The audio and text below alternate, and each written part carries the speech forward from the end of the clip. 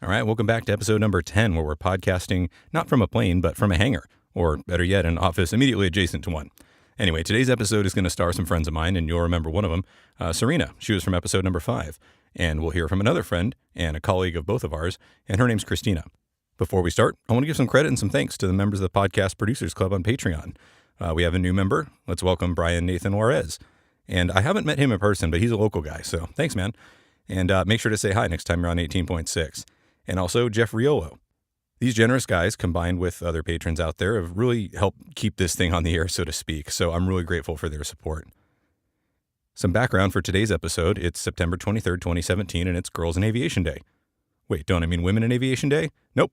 On September 23rd, Women in Aviation International has a day where, let's just quote the website, on September 23rd, 2017, Women in Aviation International chapters around the world will bring all of the passion, exploration, learning, and excitement of aviation and aerospace right to you.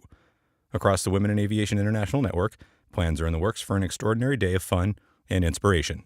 What does that mean? Well, chapters all around the world are doing events all on the same day, and they're to inspire young girls to pursue careers in aviation, and also to meet successful women in aviation who generously offer to mentor these young women along the way. So needless to say, the day was a huge success, and the rest of the episode is going to be sort of a post-game wrap-up interview about the day. And we're all just completely beat. Our voices are gone, and you're going to be able to hear it. But we soldiered on, and both Serena and Christina are going to tell us a ton about their histories and how they got into aviation. A little introduction about our guests before we get started, though. Of course, Serena, well, she's on her way up in aviation. She's probably one of the most generally motivated people I've met in recent history, and she's the chapter president of the San Diego Women in Aviation chapter.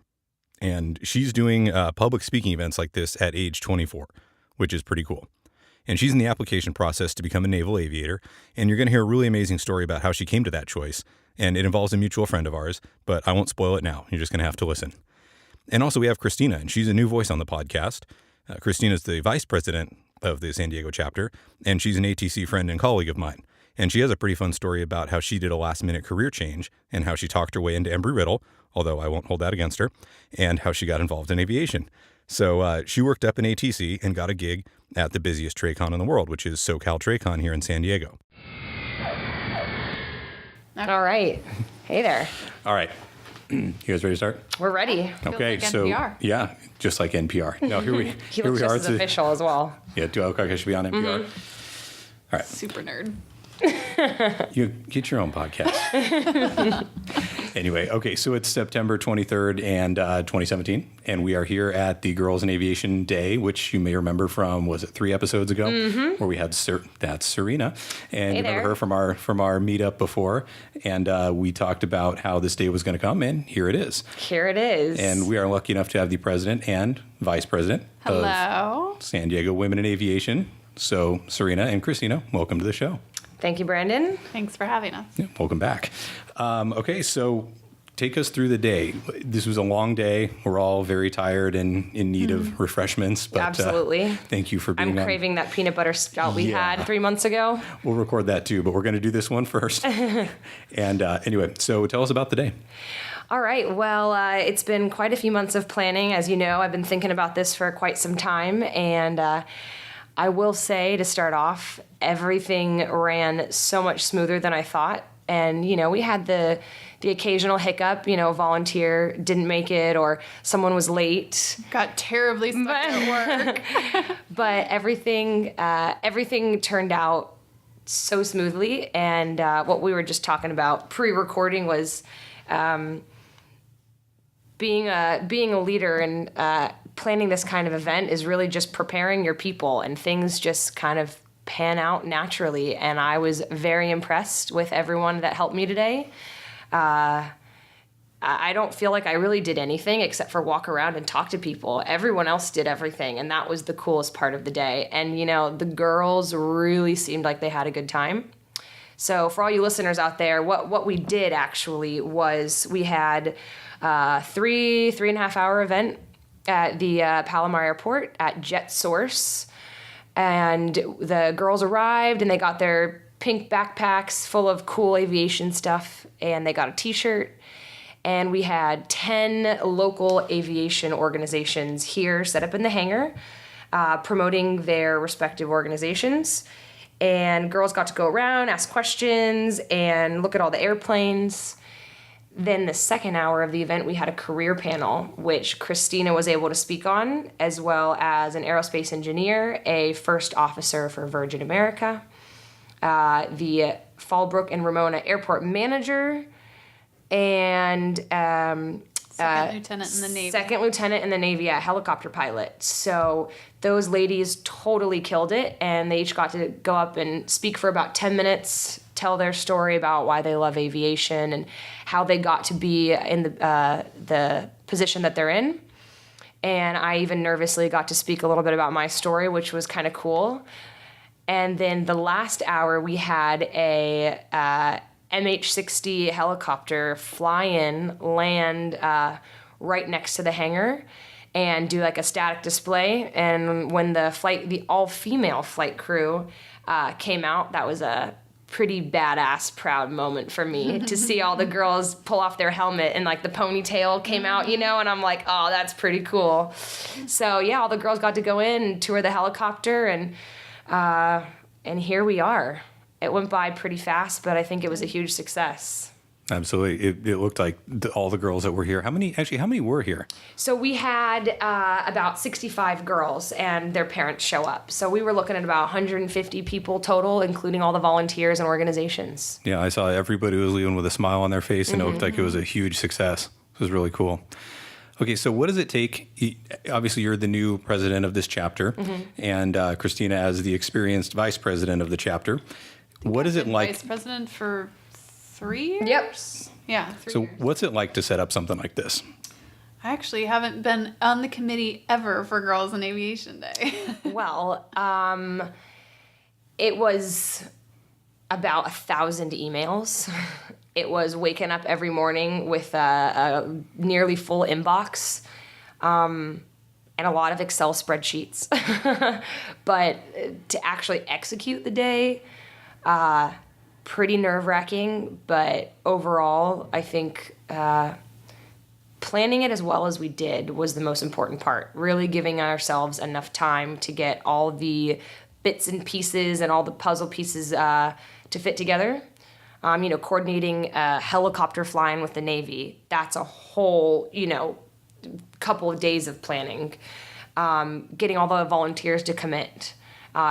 Inviting all the organizations to come and to get everyone's phone numbers, contact information, sending out arrival instructions. I mean, there's just so much to do, but I think if you have a good team, which I did, and enough time, piece of cake.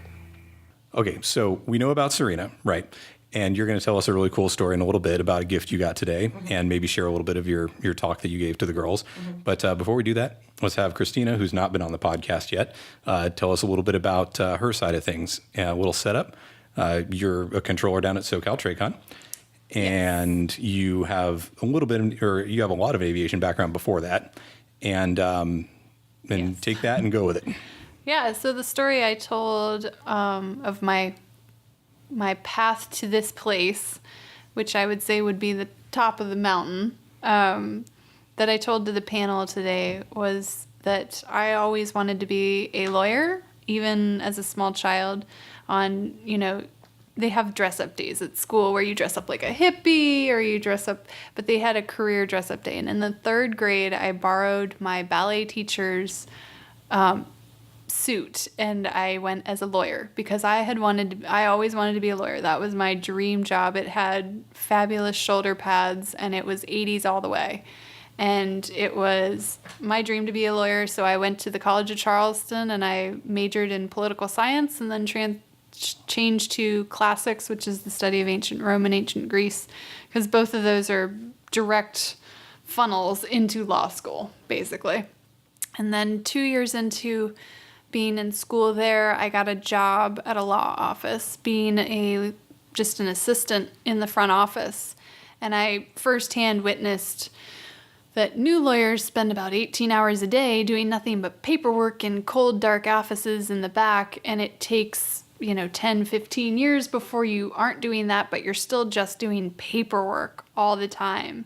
And I just knew that wasn't for me. As much as I really enjoyed the law, and I still do, being an actual lawyer was not my dream job anymore. So I had a come to Jesus moment the summer I turned 21 and called my dad, because my dad is he's my mentor, my confidant. He is everything to me. And he has been in flight service, which is the weather branch of air traffic control. He was in flight service for over 18 years. And he was the one that suggested that I become an air traffic controller. And he said he had just read an article in the Washington Post that said they were going to hire 15,000 air traffic controllers over the next 10 years. And it was a job that he has always really liked. And I said, well, Daddy, how do I get that job? And he said, well, you go to Embry-Riddle. Because he had applied to Embry-Riddle when he got out of, when he left Vietnam, after Vietnam, and didn't get in. So it was always one of his bucket list things, one of his dreams to go to Embry-Riddle. So he told me I should go there.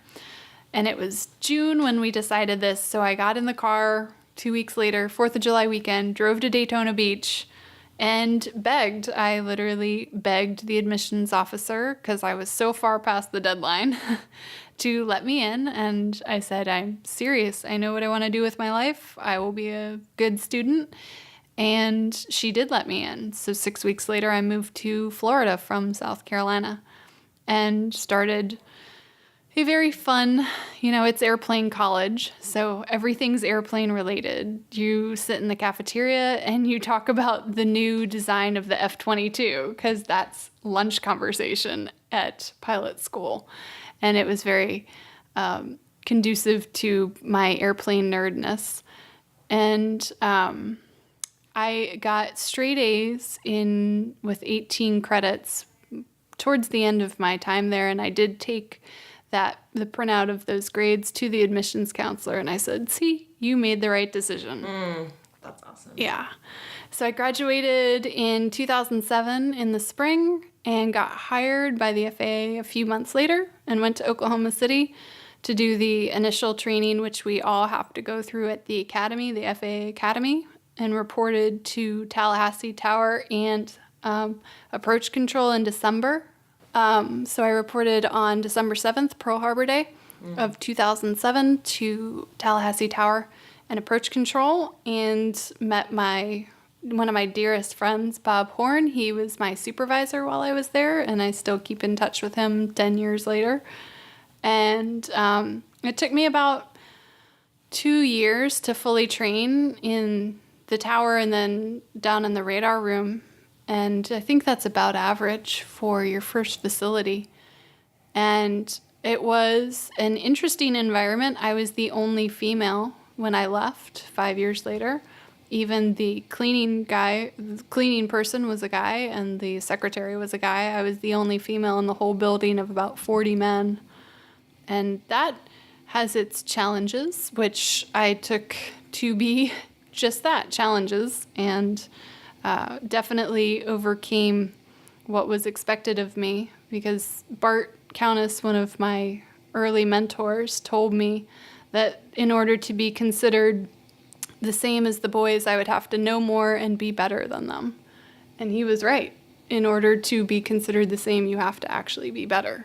And I took that as a challenge and excelled at it. And then 3 years later, decided I wanted to move to Southern California, and because I loved it out here, but I was not qualified for this job. With the way the FAA used to do job bids based on point systems, I came from a level 7 with only 1 year of CPC, and I was not qualified to bid the job here.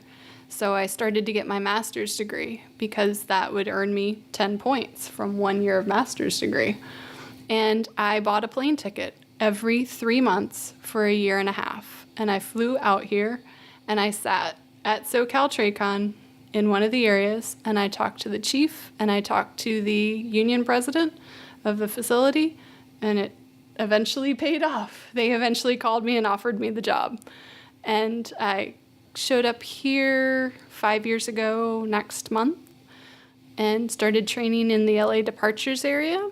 And it's a much nicer environment out here.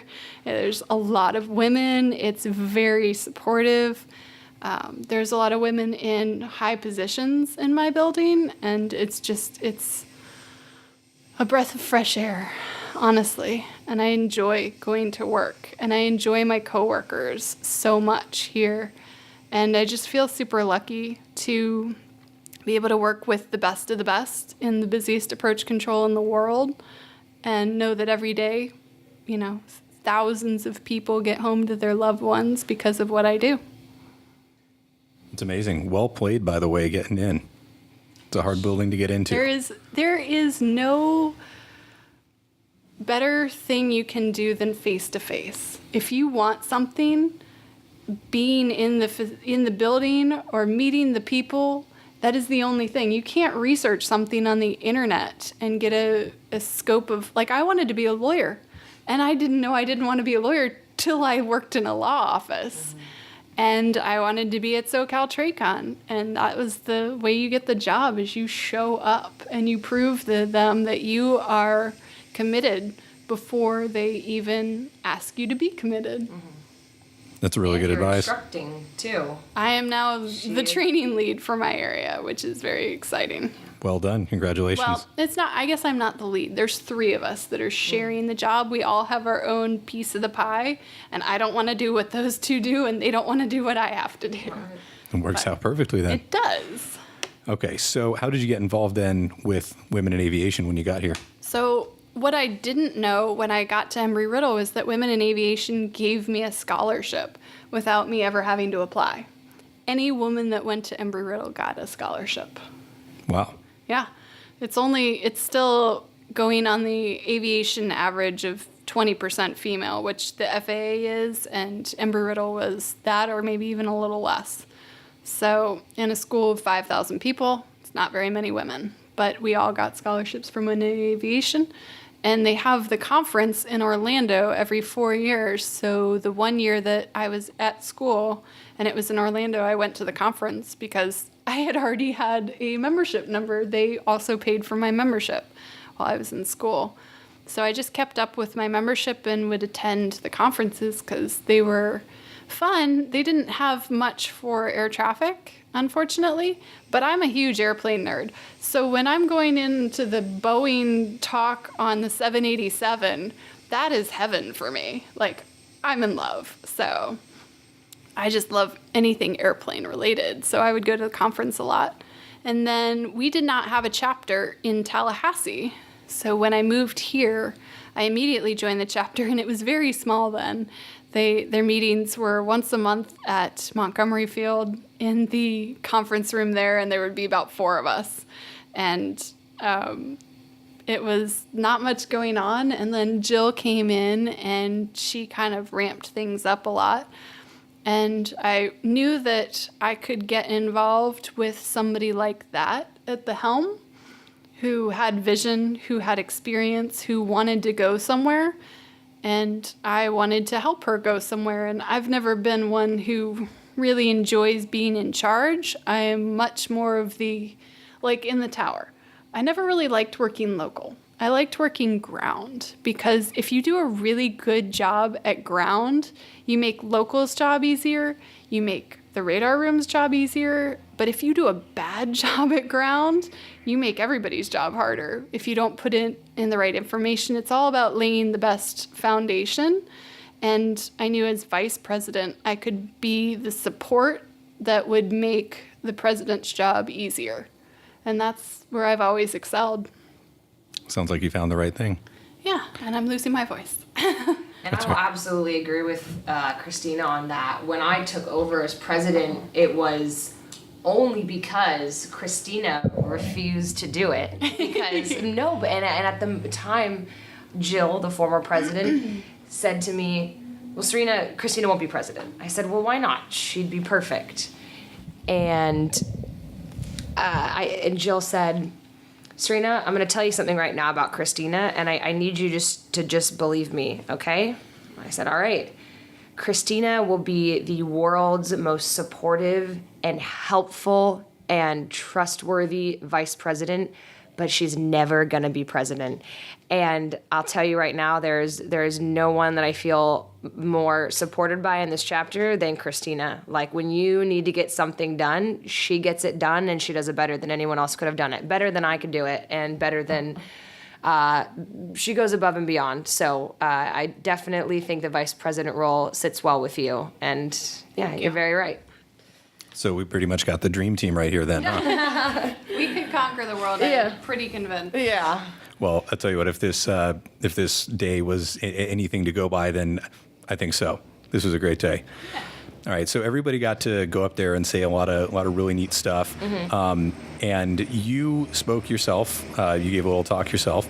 And then you also had, you received a really special gift today as well.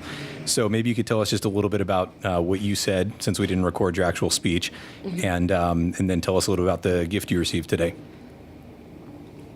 All right, so today was all about the career panel and what each of those women had to share with the girls. But of course, as naturally, the title of president comes with a certain level of expectation for crowd pleasing, if you will. So I got up and I just, I truly spoke from the heart. I tried practicing it beforehand, and it ended up coming out about 4 times as different than I thought it would. But basically, I just went up there and I just told the girls that, you know, I'm only 24, and I very much relate with those young girls still, even though to them I might look like this successful president of a huge nonprofit. It looks on paper so much farther away from them than it really is. So looking out at those girls just reminds me of being a little girl myself, of course. You know, sitting on my dad's shoulders, watching the Blue Angels fly, thinking that that's the coolest job in the whole world. And as I said on the last episode, I never thought that I could have a career in aviation. It seemed as crazy as being an astronaut or a neurosurgeon.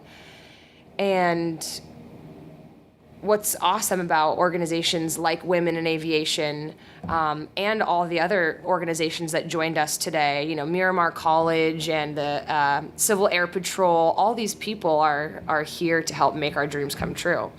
And it's very much true for this chapter, for my own story. And I just left them with some advice, and I just said that it's important to know how to say yes to opportunities.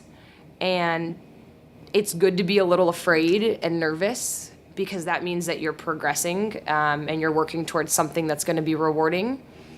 And I said to seek advice and seek mentorship, because that is the most important part, besides studying and actually knowing the academia behind aviation.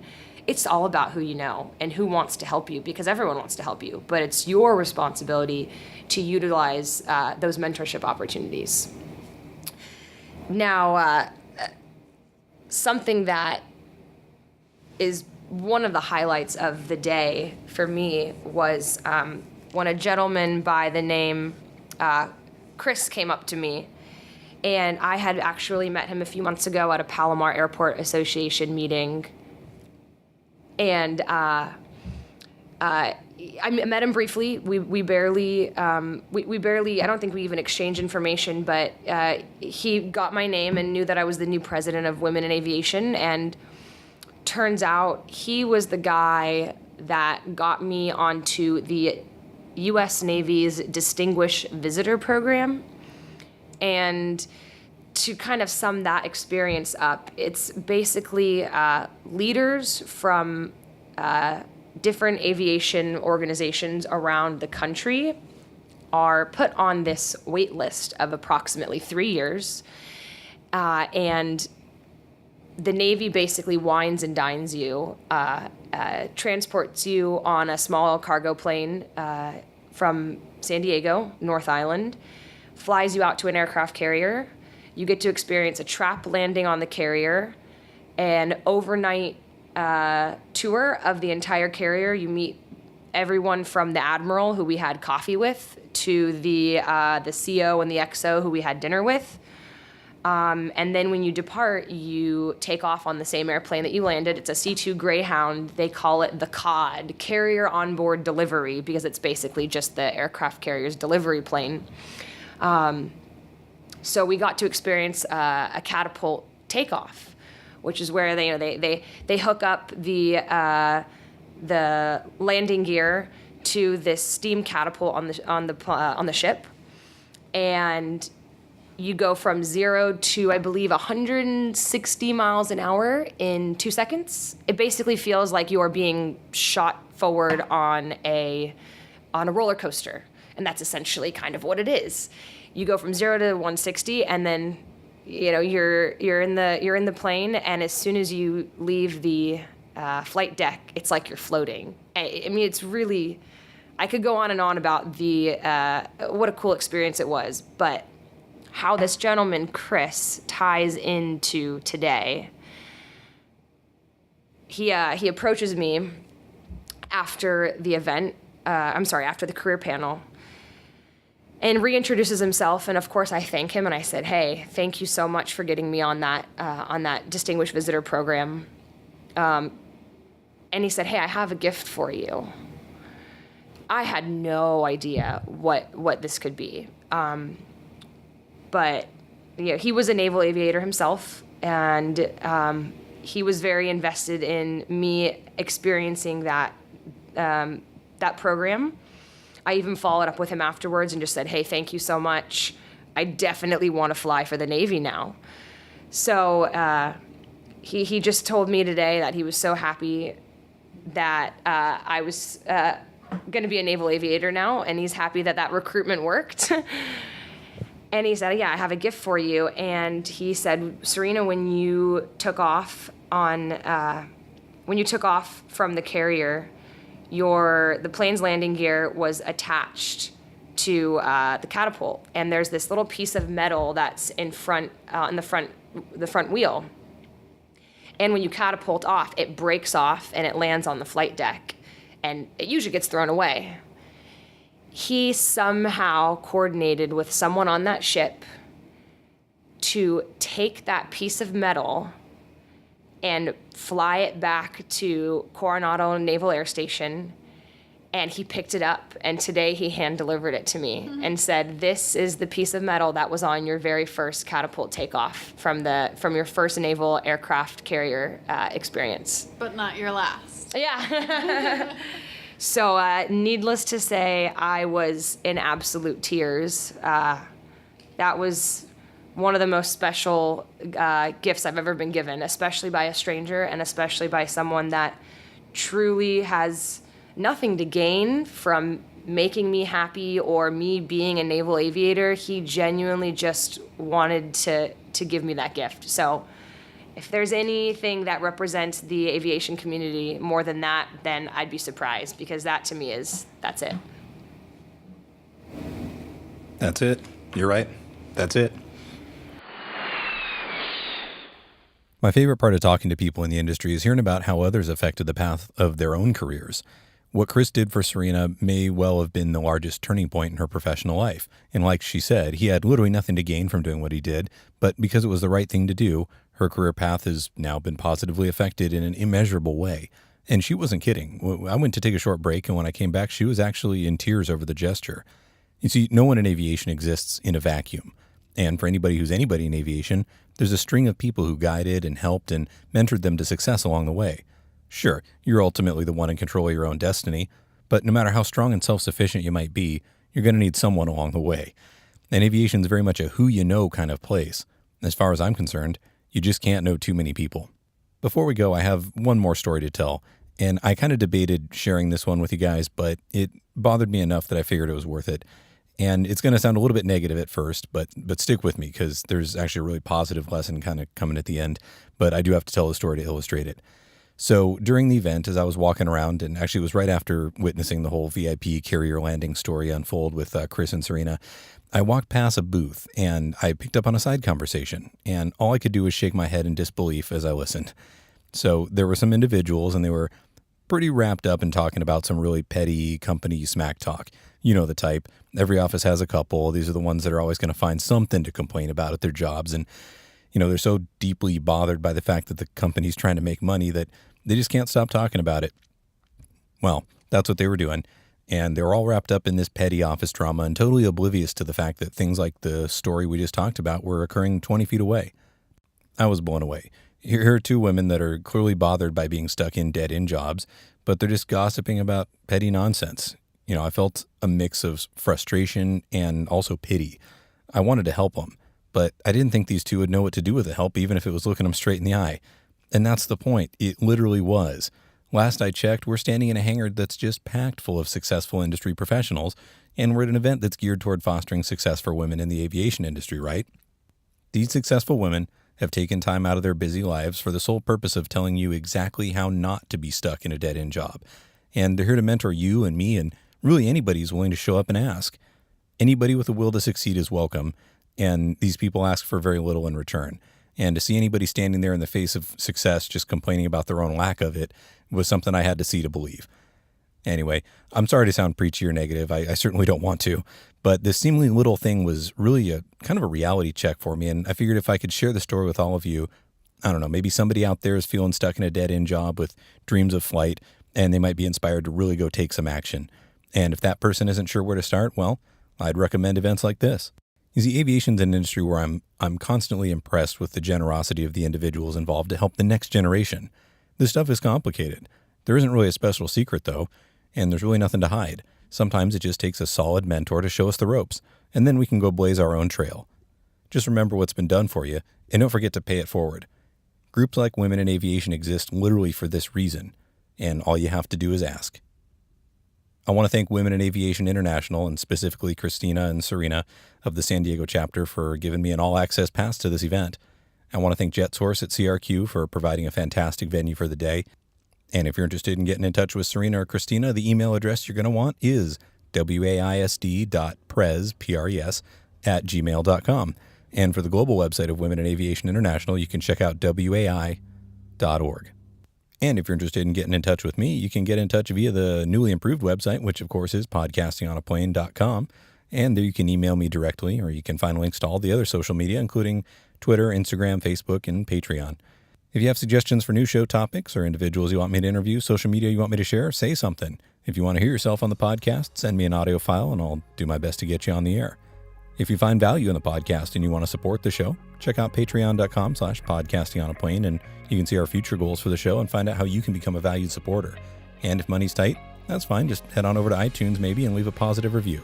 It's free and it'll go a long way to help others find the podcast. Well, that's all for now. Thanks again for listening. Your frequency change is approved until next time, and report back on this frequency for the next episode. Good day.